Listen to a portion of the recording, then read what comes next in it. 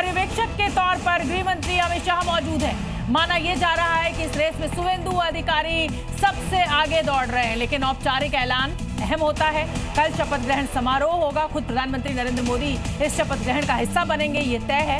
लेकिन शपथ लेने वाले नाम का ऐलान अभी तक नहीं हुआ है और लगातार कयासों का दौर चल रहा है। लेकिन शुवेंदु अधिकारी की पीठ जरूर थपथपाई है। गृह मंत्री अमित शाह ने उनको शाबाशी दी है, उनकी तारीफ की है, तो इससे कहीं ना कहीं अंदाजा ये निकल रहा है कि शुवेंदु अधिकारी मुख्यमंत्री पद की दौड़ में सबसे आगे हैं, क्योंकि गृह मंत्री अमित शाह का तारीफ करना कहीं ना कहीं कुछ मायने तो जरूर रखता है और इसीलिए ये कयास भी लग रहा है। थोड़ी देर में बंगाल के मुख्यमंत्री के नाम का ऐलान हो जाएगा। मेरे साथ दो मेहमान जुड़ रहे हैं। बीजेपी से मेरे साथ आरपी सिंह साहब जुड़ेंगे और मेरे साथ सीनियर जर्नलिस्ट विजय त्रिवेदी स्टूडियो में मौजूद है। चर्चा हम शुरू करेंगे, लेकिन इस समय की बड़ी खबर आपको बता दें, शुवेंदु अधिकारी होंगे पश्चिम बंगाल के मुख्यमंत्री। 2 उप मुख्यमंत्री बनाए जाएंगे, एक महिला उप मुख्यमंत्री हो सकती है। ये बड़ी खबर इस समय की बंगाल से हमें मिल रही है। हालांकि अभी ये खबर औपचारिक रूप से कोई सूचना बीजेपी की तरफ से या एनडीए की तरफ से नहीं आई है, लेकिन जो जानकारी हमें मिल रही है हमारे पुख्ता सूत्रों से, वो ये हमें बता रहे हैं कि एक मुख्यमंत्री और 2 उप मुख्यमंत्री का फॉर्मूला यहाँ पर होगा। इसमें एक महिला उप मुख्यमंत्री का नाम हो सकता है। मैं सबसे पहले आरपी सिंह सर का रुख करना चाहूंगी, बीजेपी के नेता हैं।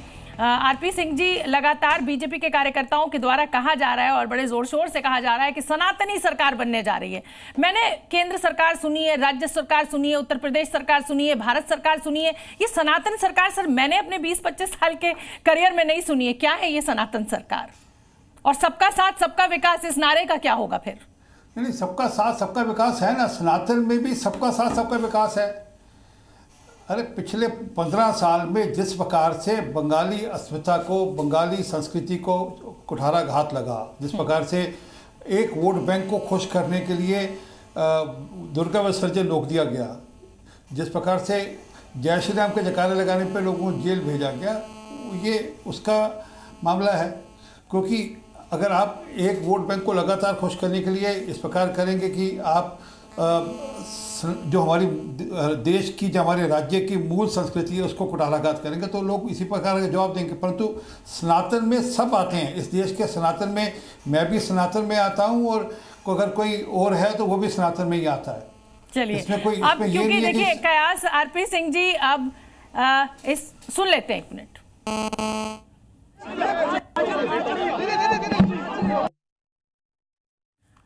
हम कोशिश कर रहे थे, वहाँ पर कुछ मेहमान हमारे साथ बंगाल से जुड़ रहे थे, लेकिन ये देखिए किस तरीके का सेलिब्रेशन चल रहा है।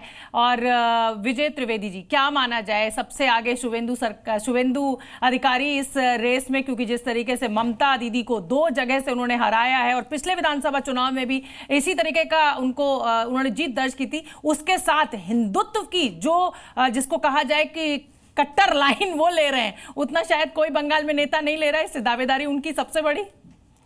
देखिए, दावेदारी के लिए तो मैं कह सकता हूँ कि दावेदारी बड़ी है, लेकिन आपको ये नाम तो आरपी सिंह वैसे ही आसानी से बता देते, आपने उनसे पूछा नहीं। आरपी सिंह साहब को पता रहता है कि अमित शाह जी क्या सोच रहे हैं, प्रधानमंत्री जी क्या सोच रहे हैं।